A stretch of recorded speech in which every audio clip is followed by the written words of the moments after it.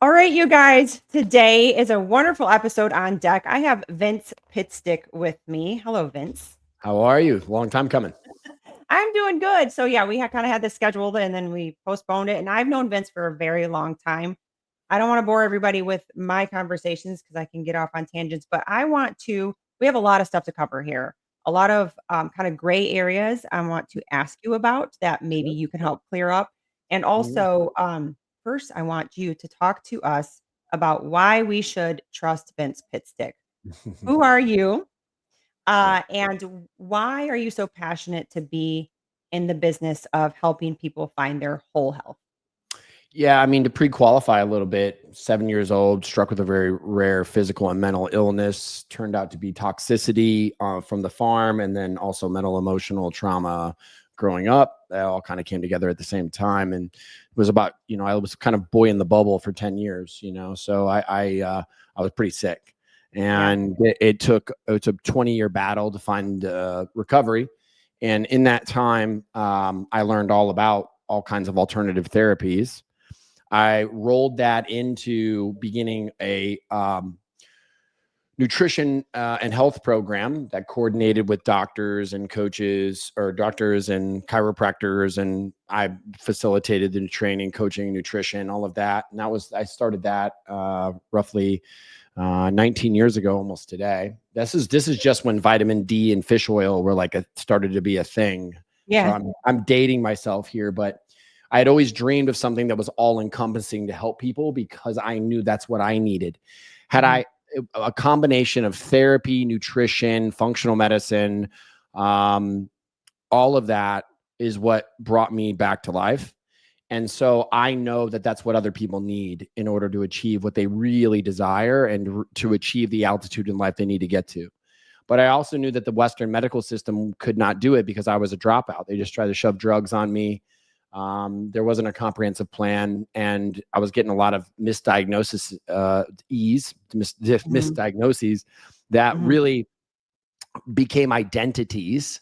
Sure. And I worry about that for America, getting slapped with all these names, and then these names become a possession. They are my depression, my anxiety, my, Mhm. this and that. And then all of a sudden we just expect to live with it. It's who we are. And that's the world that we're kind of going into. And so for me, after I blew up this program, I got picked up by a global health organization called Metagenics.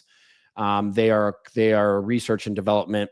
They do R&D, but also make products, functional health products that practitioners use to treat patients. And so I went and trained under some of the greatest doctors and practitioners in the world. Dr. Jeffrey Bland, who's the founder of IFM, and he's considered the godfather of lifestyle medicine. And I learned this whole new world of functional medicine that I didn't even fully understand. And so now I got all this training, and then I went to become a consultant. So if you were someone in the central United States, I think between the years now of, let's see, it would be probably 2012 to 20, well, it'd be 2010 to 2013, 2014. And you had some advanced case, I was probably the guy sitting in with your doctor, consulting them, setting up their practices, building cash pay holistic services, helping them with their protocols. And I worked with every practitioner that you can think of in the world in terms of ND, MD, DO, Mhm. RD. You name the initials, and I saw how they treated and tried to solve problems. Yeah. And what I realized in the Western medicine world, the key problem that we have is how we solve problems.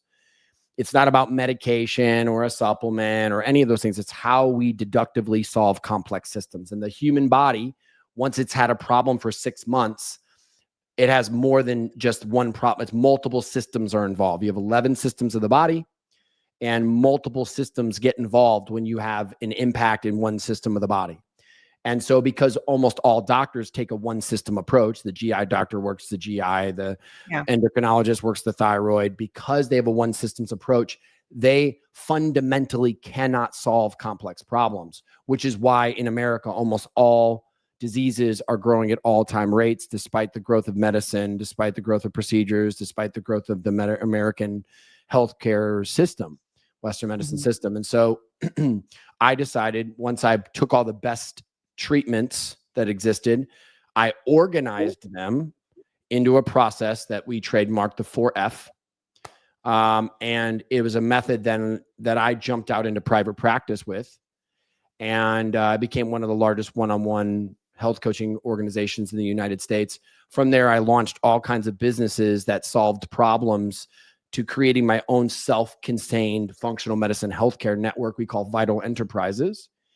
And now that encompasses about 7 businesses, over 100 staff, touches close to probably 20,000 people a month.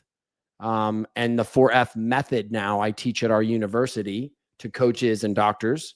And it's now installed in anywhere from 1,700 to 2,000 coaching practice businesses and medical practices across the country. And now I go around champion for this way of life, the methods that we've discovered, and trying to get as many people on board with these new methodologies of approaching complex systems and how you truly bring about healing. Okay, so that's a long story, right? So I think you have a pretty, I guess you would call it like pain to purpose, right? Story. And, and I think that's always layered, right? I think everybody kind of has these stories that really kind of drives them into, and I know you from the bodybuilding space. I think you and I are from that kind of same generation. I think I'm maybe a little Sure. older than you. I met you through some bodybuilders that we knew, and I kind of followed your story a little bit, as you grew and got some information. And you know, and that's why I wanted to know, why is your passion in helping people find whole health? Because there's always a reason behind that. I wanted to ask you, I'm just going to kind of get right into everything, is we wanted to talk about peptides because that's a Mm, big question. I know that's something you mm, deal with. mm, And people always want to know about peptides. I've had different physicians on here, and really quick, I want to backtrack really quick. Uh, you talk about the root cause, and some physicians do talk about root cause. But what I always like to explain to people too, I'm a director at a cardiac rehab, and they will often say, well, you know, Western medicine, the cardiologist doesn't know anything about nutrition, and or they don't know about X, Y, and Z. And my defense to that is always just kind of like what you said. They didn't go to school for that. Like, right. they are trained to help your heart. And that is Mm, not necessarily their job to, talk about maybe your cancer or whatever question you had, because mhm. they're there for the one reason. And your idea is basically to pull all of these people together Yes. and all of these ideas together and treat the whole body. Where Yes. I think wording is important, because I see personally even physicians that want to say, yeah, we need to figure out why, but right now you're here in a very chronic condition and I have to keep you going. So they don't have the time like what you're doing, and that's kind of where Mm, you're filling in these blanks and that kind of that gray area mm, that so many people are kind of yearning for, yeah. right? And I think the wording is so important, because I think, at least in my small circle, physicians do kind of want to know the root cause and they want to figure it out, but they don't have the time. They don't Mm. have the time. They don't have the education behind it, like you're saying. Yeah, I mean, So, with all due respect to practitioners, what happens is they get indebted. So they have yeah. they get out of school, they are way underwater on their, on their debt to the school, Mhm. their loans, and they have what's called their standard of care, and they have to go into practice and make money right away. And those things that you would do to go back, that's what I'm saying, you go to your shtick, whatever your thing Yeah. is, right? Mhm. That's in your system, whether you're a Mhm. cardiologist, whatever it is, and then you're Mhm. going to do that thing repeatedly in order to bring in profitability. And that is, you should try to change a practice to go learn something else, to add in additional services, is a risk to the business Yeah. financially, to the risk to them. And it's also judgment of their peers. They're very concerned about judgment. And Mhm. so, and they're worried about, is there a liability? Because if they lost their license, they're stuck with all the college debt. Right. And so now they're stuck by collecting insurance payments, and they're forced, because oftentimes they've got to hit quotas and they've got to get out a certain number of prescriptions, because a lot of networks get paid per prescription. So Yeah. this is why we end up in the system that we're in, is that they get trapped. And not to mention, they would probably love to do preventative care, But when you're taking insurance, all you're getting is reactive people, not preventative people. And reactive people are really difficult to work with. You, America, are difficult to work with. And we, unfortunately, as a population, we starve out any like positivity that exists in these doctors to try to do something different, because we're not really willing to do anything different. Right. Yeah, and I think you hit that 1000% is that I think just we are so just everybody wants a pill. Everybody goes to their doctor to be fixed by something. And not everybody, I would say, like maybe generations before us, we're kind of like trying to change that a little bit. But even when they do have the answer, it's really hard work, right? It's hard work to change what they think, how they live. Yeah. Yeah. I blame the insurance companies though, because Mhm. again, this is the problem. Everything had to become a disease. Yeah. So everything is a diagnosis and then a treatment. Yeah. We have trained America to think this way. It's called Mhm. inductive reasoning, and it's been done on purpose through our messaging, through our advertising, through our marketing, through the way the doctors were trained, through how we were learned to talk to each other about use the right language around this. And so what happens is we don't realize, nobody understands that, like, if I've got a health issue that's going on, there are multiple things that are causing that health issue. They do Yeah. not know this. They do not know to ask about this. They think, oh, my blood pressure is high because my blood pressure is high. Therefore, I get the diagnosis, and then I go pick up my pill, and then I take it, and then I'm better. And Yeah.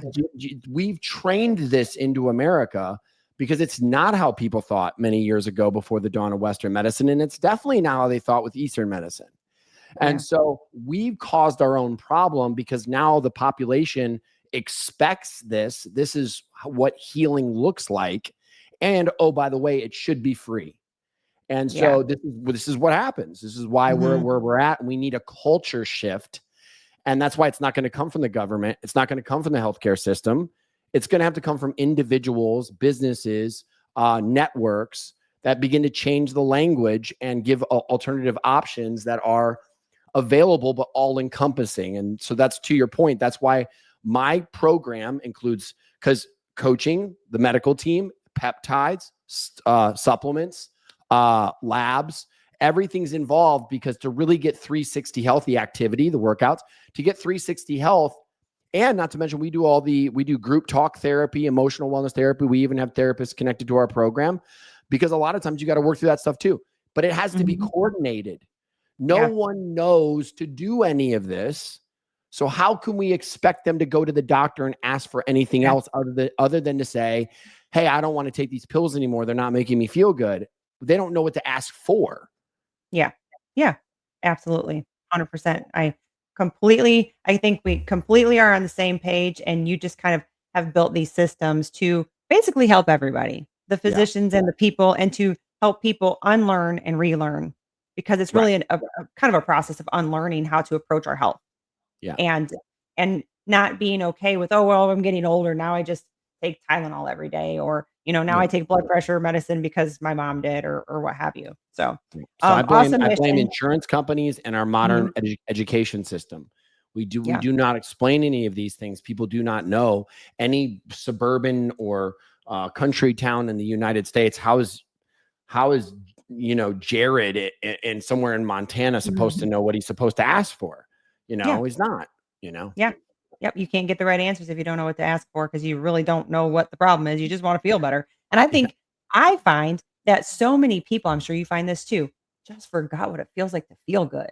And Yeah. so many people don't even know what they're striving for. Like you said, they don't know what to ask, they don't know what it feels like to feel well, so then Yeah. they really kind of lose that momentum and that motivation, and like you said, it's kind of tiered to where you're like, "Okay, this is how you're supposed to feel, now we're gonna talk it out, now we're gonna do this." So, let's talk about the peptides real quick, because people have that question, "What is a peptide? Who Yes. should be using it? And what's the difference between a peptide and HRT?" I think the first thing to let people know is that you should learn about peptides. I started Mhm. talking about this 10 years ago, Yes, that you did. peptides, yeah, and thank I you so much. remember. You do know. I I do. was trying to tell people this day would come, and it's not even here yet. This is just the beginning. Mhm. Peptides is the future of medicine. And there I will will be a tell you peptide. all that are listening to this that Vince has always said that, has always said that. And anytime I heard the word peptide, I immediately went back to Vince Pitstick. Thank you so And much. no matter what layer of your business you were in discovery of Yeah. yourself and all the things, 'cause when you follow somebody long enough, you get to know them a little bit, and Yeah. it's always been the peptide. It's always Yeah. been that if there's 100%. something here, it is going to change everything. It's going to change So everything. And yes, sure enough, so then, educate us. then comes along semaglutide and GLPs and trizepatide, but not just that, all the other peptides that exist Yeah, so for those are peptides, so people don't understand that those are that's peptides. yeah. So let's get into okay. So let's a little, I guess, chemistry I here, yes. 101. But your body fundamentally has amino acids, and then those amino acids come together to make short chains that are basically peptides. And then peptides come together to make proteins. Okay. So Mhm, a lot of times when you like if you were to take when you eat or you take anything, you're getting a lot of proteins, and then those proteins are broken down into peptides, right? So mhm, what if we just started right at the peptide level? Because again, one of the things that the advantages that come with peptides, not always, but majority of the time, you're hitting them at a level that's greater absorption. You're hitting them at a level that has less side effect. You're having very targeted. Proteins are harder to target into something, but peptides are very easy to target specific enzymes, cells, cellular activities, things like that. And so I can study peptides. I can then isolate them. Let's go. Let's do it this way. Collagen protein. Let's talk about that mhm. for a second. This will Okay. help people a little bit. Oh, I go to the store and I buy this protein and it says collagen on it, and that's great. It's all good. Well, they don't know is that the way that that collagen was like harvested, let's say, manufactured, is that it was probably heated or rolled or things were happening, and then those peptides get damaged in there. And there's a bunch of peptides, and if you isolate them and then make a lot of them, like the thing that you were trying to get out of the collagen peptide protein that you're not getting, you can isolate on a major level. Like so collagen protein, for example, has a bunch of different peptides. One of them is for skin elasticity. One Mhm. is for like wound healing. Another is for like joint protection. They can study the peptide, and then they can give you a bunch of the peptide to do the specific thing that you were looking to do with the protein. Each individual peptide within the Yes. collagen Yes. protein. Harness that Mhm, thing. mhm, And that's why it's the next level, mhm. right? And 'Cause I remember meanwhile, seeing on products, they'll say collagen peptides, like years ago, yeah, and that's how it would be advertised. And it's yeah, not really anymore, it's more collagen protein. I think they started to I take the get it because peptide people word don't. off. Yeah, I like Yeah. peptides over protein. So, like Mhm. our supplement company, New Ethics, we have isolated the peptide because Yes. it's easier to study, it's easier to assay and test, Mhm. and then that way you can like create better claims about what you're doing. 'Cause you've been And trying these on yourself for a long time. yes, Yeah. yes, peptides 'Cause I've been using, and not for Mhm. nothing, I think it's worked out pretty well. Yeah. But yeah, I've been in the peptide world, and the reason I was in peptide world is because remember when I was a consultant for all the doctors, there were a couple really free thinkers that were using really early peptides. That's where I saw GLPs come up first. The Mm. early versions of them, which were not very good, and the reason that they were created is because we thought, as a society, all I have to do to get my blood sugar down is not control my diet, but take metformin. Right. And so metformin was getting handed out like Pez. Yeah. And I was at these metformin clinics, and literally, Pam, overnight, you saw people with amazing glucose levels, not changing their diet, to then overnight, everybody's sugar started exploding. And it's because the body adapted and Mm. started to resist. And if you shut down liver sugar, which is what metformin does, your pancreas starts acting up and defending against it and starts releasing glucagon. And then so it's going to pull more sugar out anyways. And then you're not firing with enough insulin. So now when you eat food, sugar just stays in your blood longer. And so it almost, if you're not careful, a lot of people with metformin not changing their diet or doing things, it's going to make your life worse later. Yeah. Right. Metformin is not like just an easy drug that takes care of everything. And so this started happening to people all over, and they had to come up with a way to fix the problem. So it's very much the same thing with chronic dieters. Metformin simulates dieting. So if you chronically diet, your pancreas will revolt the same way. And that's why people will end up with elevated blood sugars who don't eat, can't lose weight, slowing metabolism. Disease can set on people from undereating as much as it can from overeating. Yeah. And I know people want to fight me on this, but we see that we see the adaptation occur all the time at our clinics, which is why we do what we do. And so that's why GLPs were born. So let's not blame to take over like the metformin, because it wasn't fix the problem metformin was causing. Yes. Or to so stack on top of it. were metformin, they weren't changing their lifestyle, they weren't changing their nutrition, they were relying on this medication that insurance gave them, and then and everything went haywire. And so then the GLP-1, it's a peptide, right, came in to fix the problem that metformin was kind of essentially causing. Yeah. So metformin helped to solve a problem, but then also caused an issue. So then you're going to stack what? Another medication on top of that. And this is what continues to happen in modern Western medicine. Now let's go back a little bit. So the peptides, our body releases these. And most of the really good peptides that we like are what we call analogs, meaning they're digital copies of the same peptide that we already make. Now there are some, and then they get designer and they'll make small changes to them and observe their behavior, which is how we get into all the other peptides that we have today. But most of your peptides are either coming from your pituitary, some from your hypothalamus, and then the rest are coming from basically your gut, the major players. So remember, Pam, when I used to tell everybody that gut was the key, one of the keys to weight loss? Yep. And that if you fixed your gut, you could improve hormone sensitivity, you could increase your metabolism, and nobody believed me. Well, they gotta believe me now, because semaglutide, all of those are GLPs and GIPs. These are called incretin peptides that are made by our gut, right? And so a perfect example, ladies and gentlemen, about how people will tell you you're crazy one day, and then all of a sudden 10 years later, they're going to go, oh, I guess they were right. And so, or they'll try to act like they heard it somewhere else and it's their idea. right. So if you're working on metabolism and you're not working gut health, because you can't figure out what your gut has to do with your metabolism, because you're thinking about 11 systems and it's like, oh, the only thing I can work, maybe thyroid helps metabolism, or maybe this or that or whatever. You're missing it.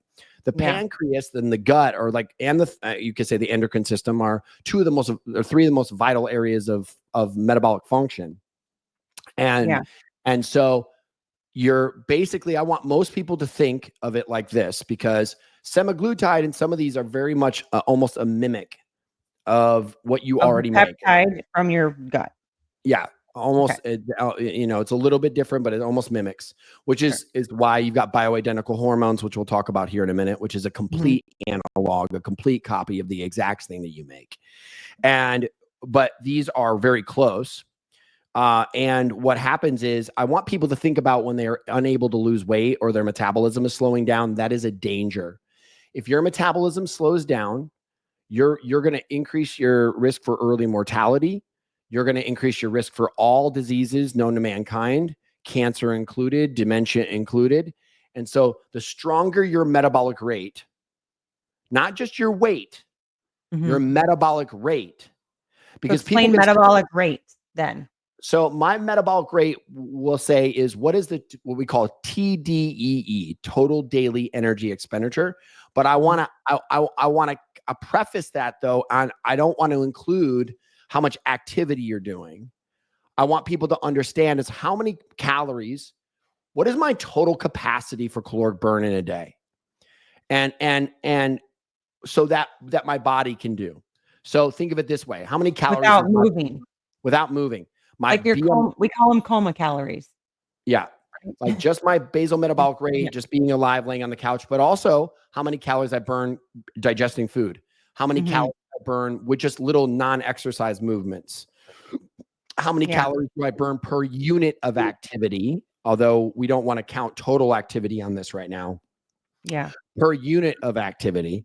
All of those can be manipulated by your lifestyle, your genetics, like all these things. And the way that works in the law of thermodynamics is it's like how much work does each cell do? So the delta of work, the change in work, and then also the amount of heat Mhm. that we put off. And if you talk to almost any woman, except for periods of menopause where they get hot flashes, but if you talk to any woman, they're almost always cold. Like the Yeah. metabolism slowing down. Now, A some of that's lot of them, natural, yeah, I would say. Yeah. yeah, Mhm. right. So, how much heat do we put off as a measure of work, and that to make the law of thermodynamics stable? And so we focus on that. And if all that's beginning to decline, that's a major sign that we've got a problem. A So bigger somebody's sign than almost cold all the time? anything. So if somebody's Huh? cold all the time or they start I getting mean, cold. that's start of it. Yes, I don't want to freak everybody out just because you're running cold because you might be I lean mean, and it's the winter. But we live in um, Michigan, so we gotta yeah, ride that line a little. yeah. But if you have slower blood flow and Yeah. yeah, all that stuff, it's usually a sign that you might want to think about some of what I'm talking about. But Yeah. the point of the matter is that that's a key marker that people need to start paying attention to. I used to be able to lose weight at 800 calories. Now I'm down to 14, and now I'm down to 12, and now that's called adaptive thermogenesis, and it causes major problems for people as they get older, especially in this environment that Yeah. we live in. So to that point, that's when we get into more how we use peptides to do that, how we can Mhm. activate cellular metabolic function, the ability for the body to do work, and the amount of its heat exchange and activity can be Mhm. manipulated and supported by peptides. So, okay, so I was gonna do this later. I have a friend and a client. She's been training with me for you're gonna take a tiny little case and spend 30 seconds on it probably. She's been training with me off and on for I don't know the duration of my career, 25 years. And she left for a while and anyway, she's one of those people that have been on and off diets her whole life. She's 56 Mm, years old. She's postmenopausal now. She was kind of having some of the weight loss resistance, which a lot of people in this space will say that's not true.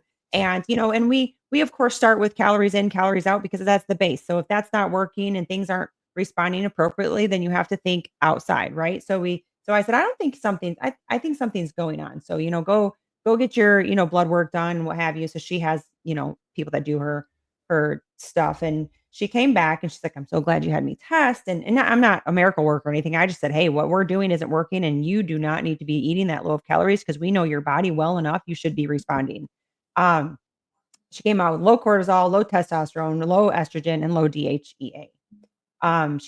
She works out religiously. She gets 10,000 steps a day. She lifts heavy. All the things that is touted as, the things that will work. Yet she 1000%, and I see it too. She gains a lot of weight in the past few months, belly, thighs, that kind of thing. mhm. Um, so I guess where would she go? Would she start to replace those things that were low? Or would she go to, like, a peptide therapy type of thing? So what would you do with somebody like that? Well, remember, the metabolism is a multi-system function. Mhm. The metabolism doesn't exist in one place. Right. It's existing on a cellular level in the mitochondria of every cell of all of your body. Mhm. And the problem is, it's because it's a system-wide problem. This is why this is such an important issue. Mhm. 11 system-wide problem. You have to take a multi-system approach. I Mhm. know people want a quick fix, and that's why you hear the CICO community be like, just eat less and keep eating Yeah. less and keep eating less and keep eating less. And because it's just the only answer. Meanwhile, you become Mhm. nutrient deficient, bottom out your hormones. You can't figure out why you're depressed and why you're not sleeping, and all these different things, and why you're not developing anymore physically, and why you have osteopenia, or Yeah. porosis. So keep that logic up and you will see the lack of wisdom in that knowledge. Most of the people that talk about this have not actually been in the trenches with people that have metabolic conditions. They work with 19-year-old females and 24-year-old men, and they act like they're an expert. And I would welcome them into my practice any day, and their life would be turned upside down, because the truth would be just splattered all in front of them, because we are tracking calories, deeply accurate. And so and she is an accurate person. And that's why I said, "Nah, I think this is way beyond the scope of what you're doing." And if there's a no one lot more to it. if no one sees a problem with someone having to eat 300 calories consistently every day to lose weight when they're a 140 pound, 160 pound female, Mm. and say, "Oh, it's fine," you don't know what you're talking about. Yeah. Right. And now, granted, if you want to do simulated fasting and periods, if there's time to go low calorie, it's not a terrible idea. But Once in a while, but not to live. Yeah. yeah, right, exactly. Yeah. And they can't maintain the weight after they're done. And then what do you want them to do? Right. Sit there and eat 700 calories is a consistent, like, it's just not, see, there's no wisdom behind this language. Do you understand? Yeah. Right. Yeah. Right. There's a big difference between wisdom and knowledge. And a whole lot of people are spatting off what they're reading in ChatGPT, but nobody's really in the trenches solving these things. They don't understand. Right. And so I have, I allow people to say what they want, but they don't know. So when we talk about a case like this, the first thing that we have to try to do, and this is where there's a couple steps, but I think the easiest thing you have to do first is you have to be able to turn the body's ability up. Everybody who gets adaptive thermogenesis on that level is operating at a capacity of calories that is much lower than they can actually do. So meaning that, let's think of it this way. Let's use physics. So if you take like a pinball, or you take like a ball on a string and you raise it up in the air, its potential energy just went way up. Okay. So metabolism has a potential energy expenditure and an actual energy expenditure. And I think that's the first thing that we need to understand, is that through adaptive thermogenesis, I am not burning as many calories as I could. And that's because of like over dieting. Over dieting, cellular inflammation, mitochondrial death. This is what's happening inside of people. This is what I mean. People don't realize it, but on a cellular level, they're degrading their mitochondria. They're degrading their nuclear DNA. Cells are getting aged faster than we would anticipate based on what's going on in society. And then that also creates oxidative stress and slows down glucose metabolism, slows down ATP production. The other part of it is just an adaptation from chronic dieting, muscle loss, and also, not consistent activity like walking. The lost art of walking needs to come back in the world very, very quickly. We're big walkers in my groups. We're big walkers. So we do have that covered.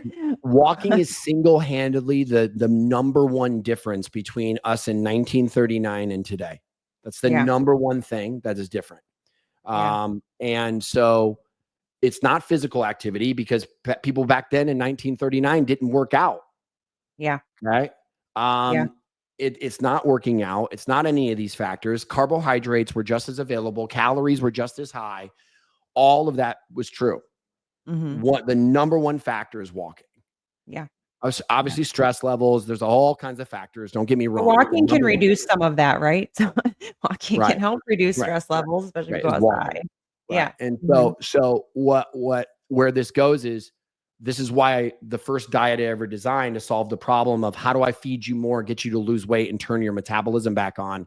And when I say turn your metabolism back on, I need to stimulate the organs that create metabolic rate. I need to stimulate the liver. I need to stimulate the thyroid. I need to stimulate the adrenals. I need to stimulate these systems of the body, the GI tract. And these actually are able to like upregulate us pretty quickly, so that I can get your calories up. And the only way to really turn a metabolism back on quickly is to use simple carbohydrates. And everybody's afraid of them, but they have no idea what they're talking about. They think carbohydrates gain weight. They think carbohydrates because of glucose spikes. Again, the world is so misinformed on this. We solve diabetes using glucose, like using fructose. Like the idea that like it's the problem is just absurd. I don't want to get into that. It doesn't mean you can't diet and take out carbs. It's a good idea at times if you've been eating carbs. But if you haven't been eating carbs, you've got to put them back in. Yeah. Okay? because that your thyroid gets fired up from that. And that's where Yeah. your thermogenic effective, or what we call your exercise activity thermogenesis comes from a lot, Mhm. has a lot to do with your thyroid. Your NEAT has a lot to do with your thyroid. Your BMR has a lot to do with your thyroid.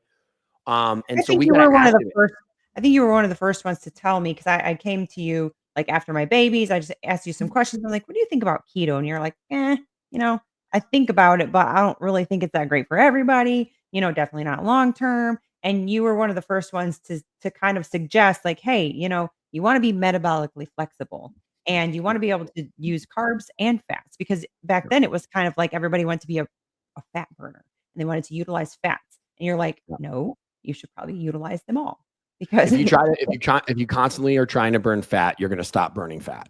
Yeah, yeah, I'm just telling you, if yeah, you take a fat burner too long, you burn fat and then you stop burning fat and then you start gaining fat. Okay. yeah, Like if I do the same workout every single day on my biceps, they'll get bigger, then they'll get smaller. yeah, Do you yeah. understand what I'm saying? Mhm, Right. mhm. If I run 17 miles every day, I'll get faster and then I get way slower. Yeah. I need people to Right. understand that variation is the key. Our bodies were acclimated for seasons. So yeah, there's nothing wrong with going into a keto season or a fat burning season.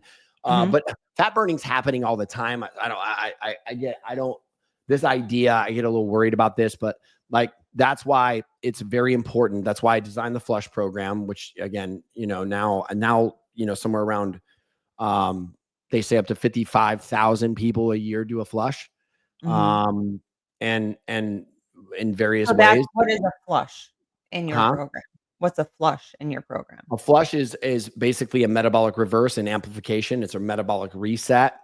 There are certain ingredients we use to activate organ systems. We stimulate the thyroid. We reverse the diet.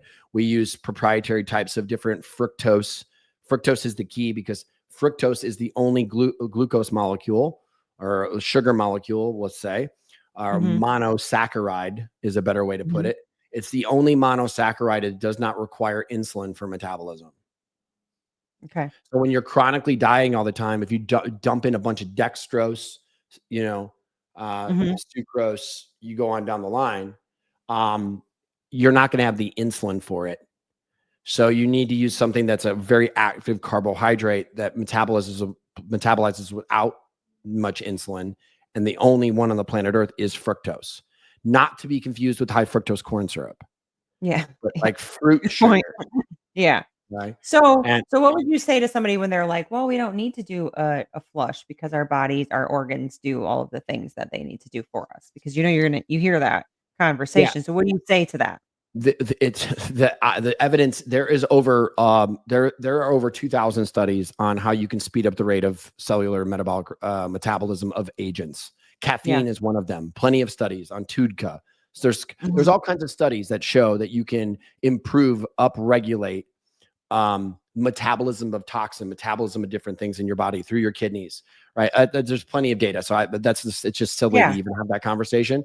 But the point of why I'm doing is I'm revving up your system using agents that force you to purge, Mhm. basically. And then also it stimulates your endocrine function. So cellular respiration activates.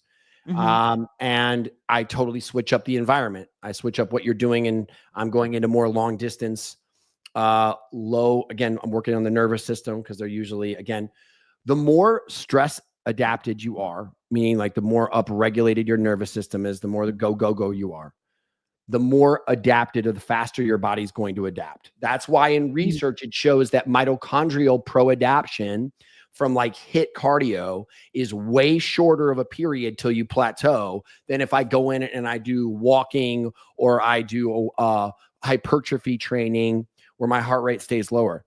The higher my heart rate gets, the faster I adapt to a stimulus.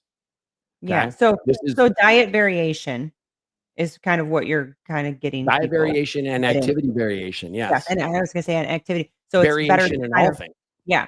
So your body doesn't completely adapt, and that was another question too. If somebody eats the same thing all the time forever and ever, will they develop kind of a sensitivity? I know you're not real keen on food sensitivity tests, um, but if somebody eats, the same thing every day, will they develop something like a sensitivity-ish? So the most dangerous thing that you can do to your body is a monotonous diet. And eat the Okay. same thing all the time, forever Yeah. and ever. So like, Mhm. yes. And the reason that is because that specific food feeds specific bacteria. Yeah. That bacteria will grow in our guts, and then it will start to release more acids than our immune system likes. Mm. Okay. Because our body, all bacteria release acids. When there's diversity, they're all balanced and the immune Yeah. system's cool. But when I get too monotonous, which the human being, there are only 2 or 3 cultures, small little tribes in the world that consistently eat the same food. Historically, there's Yeah. like a tribe near Alaska. It's only like seal blubber, Yeah. It's There's available. right. Yeah. So and they've got strong adaptations health wise that come from that. Mhm. Um, but all human beings were supposed to eat in a seasonal fashion. Yeah. Right. And so our bodies expect it and it's designed for it. So when, let's say, for example, if I eat tuna every single day, okay, tuna is really good. I know they worry about a little bit of mercury or elemental metals in them, but you have nothing to worry about with tuna unless you eat tuna 9 million times every single day. Basically, I'm over exaggerating here, but just giving you an idea. Now, Talking to you, competitors. every food has a carcinogen in it. Every food. Mhm. Yes. Plants aren't bad. Meat's not bad. I don't want to get into this, Yeah. but there is truth to if you're a very pro-inflammatory person and you eat too many calories Mhm. and you eat a lot of red meat, that carcinogen could build up in you quickly, and that's why they do see rates of cancer. So you're going to want to. People forget that the contingency on whether something's healthy for you is more about your metabolic capacity to digest it and utilize it, not so much about what's inside of it. Yeah. Does that make Yeah. sense? Yeah. Yeah. Yeah. So what's So it important for spills you? over almost Yes, right. for more people than some. Like, Yeah, we always like to talk about a bucket where it's yeah, filled up with genetics and then you fill it up during your life and then it spills over. So you're talking about not letting it spill over by yeah. having this variation of nutrition so you get all of the the good properties and In the hopefully end, not the bad. there's always limitations to all diets. I mean, they've Mhm. even shown studies where keto could potentially cause cancer, even though it's Yeah, supposed to resist cancer. We sure. see that with carnivore too, right? Yeah. We see that with these things. Okay. Vegan Mhm. diets have a million things wrong with them, Mhm. right? I still like plant-based diets, Yeah. but when you run it too far, you're going to bind up your gut. You're going to cause immunological issues. We see it all the time. The people that are the most unhealthiest always that come into our clinics are the vegans, Yeah. right? But Mm. plant-based is good, isn't it? Well, yeah, but you got to vary it. You can't eat, You could be vegan. plant forward Yeah, and not completely yeah, plant-based for sure. Yeah, yeah. I So completely exactly. agree So with you that. see what I'm getting Mhm. at here. Yes, All of these absolutely. diets are tools and can be rotated with amazing Mhm. results, right? That's the truth. Yeah, so Now, if somebody really likes keto or they like carnivore, fine, do that, great. but just don't do it all the time. Yes, you either need to Yeah. find some form of variation where you take a couple months off or you add Mhm. carbs in on the weekend at some point or And even just something of like the you sort. said, fasting variations are fine too. If people Yeah, like to do that, go for it, but do it 100%. in a strategic manner and know Right. not to stay there all the time because that's where the problems can come. That's just Yeah, like working out too. Like we can work out too long or you've talked about this before, we can yes. drink too much caffeine. A little bit's Yeah. good, but a lot's bad. Yeah. Yeah. Uh, So keep everything buried. Um, it can cause issues if we don't. Peptides are different than HRT. Were you yes. going to talk about that a little bit? Hormone replacement therapy obviously is Mhm, bioidentical, so it's exact mhm, copy. Those mhm, are analogs. Those are mhm. analogs of our hormones that we already have. Yeah. Sex hormones can have more side effects. That's why they're always worried about estrogen, but I wouldn't be worried. What about I testosterone in women? Hormones and peptides go really well together. Mhm, You want to start them one at a time and just lay them in there, but we love comboing them. mhm. Testosterone is great for women. It's just, um, it, it's more about longevity for testosterone in women Women Yeah. tend to grow on androgens like androsterone, not as much Mhm. testosterone. Men respond better to testosterone, but women should have it in their system for longevity, muscle support, sexual vitality, mood. Yeah. It's not going to build you a lot of muscle, but it can hold muscle, which is good, Mhm. right? Mhm. Yep. That's why we like to stack it with peptides that help with the growth, like a So you like to do tesamorelin. both. You Yeah, like to do both, like a not one or the other. tesamorelin, ipamorelin, or a MOTS-c, a Sloop 332, those kind. So Yeah, are there peptides for like I know we gotta get wrapping up here pretty yeah, soon. I could ask you more and more, but there are peptides for like I had the other day a friend of mine said, "Well, my chiropractor told me to take peptides for this pain in my back." yeah. So are there peptides for like certain areas of the body then? Is that how Sure, that's certain working? pathways. Think of it as Okay. pathways. And so there Okay. is the muscular pain pathway, and then like the Mhm. tendon pathways. Let's say that are like peptide specific, and then Mhm. that's where you got the ones that are BPC 157 and Mhm. TB 500, and those two have been absolutely incredible in the inflammation space.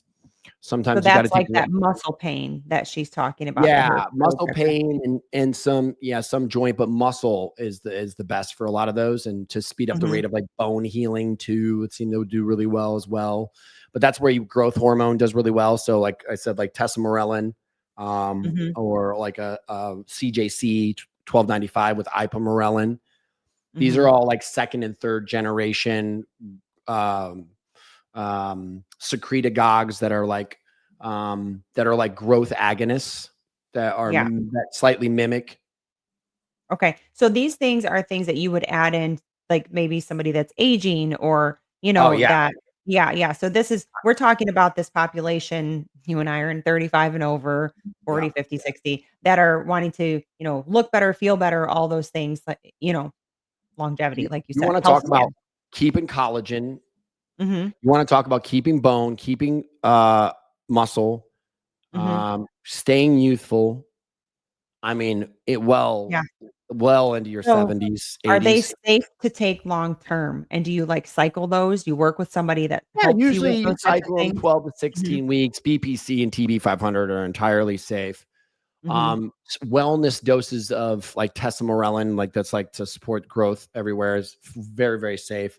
More Mhm. studies need to be done, obviously, on like permanent long-term use on a few things, but Yeah. in 12 to 16 week increments, again, varying it, putting it in, taking it out, putting it in. I mean, Mhm. right now everything looks so safe. I mean, it's one of the more safe. I'm gonna tell you, it's more safer than sex hormones usually. Yeah. Although they're pretty safe, they're really safe too for the most part, done correctly. So there's a big And difference from peptides and, like, PEDs, because people try to put them together, like performance you enhancing can drugs, like so steroids, for they those that may don't know what PED is. add peptides because to a Mhm. PD, it is a performance enhancer. It's Mhm. not a steroid because it doesn't manipulate your sex hormones. Gotcha. I Okay. mean, some can slightly affect them, but when with the use of the word steroid, that birth control is a steroid. So what do we mean when we say Yeah. steroid? Do we mean Yeah. something that's illegal and dangerous? Because that's none of this stuff, Yeah. or do we, But if we are talking about safe enhancement of the human body, yeah, I mean, all testosterone taken normal, that's a steroid. Yeah. Your prednisone that you take when you've got cold Sure. is a steroid. Is that Yeah. like, well, I don't understand. For lack They've of for lack associated of better steroid, term. yeah, Mhm. with like cheating and heavy anabolic usage, and it's just like it's kind of weird when we talk Mhm. about that because I don't think we Mhm. understand. But yes, it's not that. It's not using Yes. high dose. It's unsafe kind of stuff. Yes. Yeah. I think that people were thinking of that, like the heavy bodybuilder Yeah. steroids, None of not that. not the steroids that you take to feel better, in the hospital. Yes, exactly. Now, Yeah, listen, you yeah. can take any of the peptides I talked about Mhm, into really, really, really high doses, mhm. and it can be like a bodybuilding like major thing if you wanted. But we're talking about Yeah, using things in appropriate doses. yeah. Not being a dumbass, to be quite honest. Not that bodybuilders are, but for any of the rest of us, people, if that's your intended use, then by all means. But Well, and I always just try to say, like, look at the person that you're taking advice from. What are their goals? Yeah. so there's going to be a difference. So I think we Yeah. all don't even have to talk about that difference. We're certainly Yeah. kind of on Yeah. that page. So Awesome. I don't want to keep you too long. I know you have a lot to do. I just appreciate you coming on. There's like Thanks for having me. This has been obviously, great. yeah, there's a million other things that we could talk Well, about, maybe but we'll come back another time. yeah, that would be awesome. So you guys can find Vince on Instagram. I'm going to link all of your stuff, and you have websites too, so I'll Yeah. link everything. Yeah. Everything Vidal, for you. vidalcoaching.com.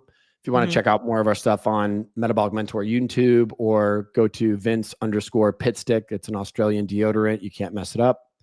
On Instagram. Yeah, and you have the Metabolic Monday live Yeah. videos that Come hang people out can with me jump on on. Monday. Come hang You've out been with me doing on that Monday, 6:30. forever. Yeah. And then you guys can ask him your own questions on there, Yep. and all of that stuff. So 100%. again, thank you so much, Vince. I can't wait to have you back on, and yeah, I just appreciate picking your brain. Thank you. Mhm.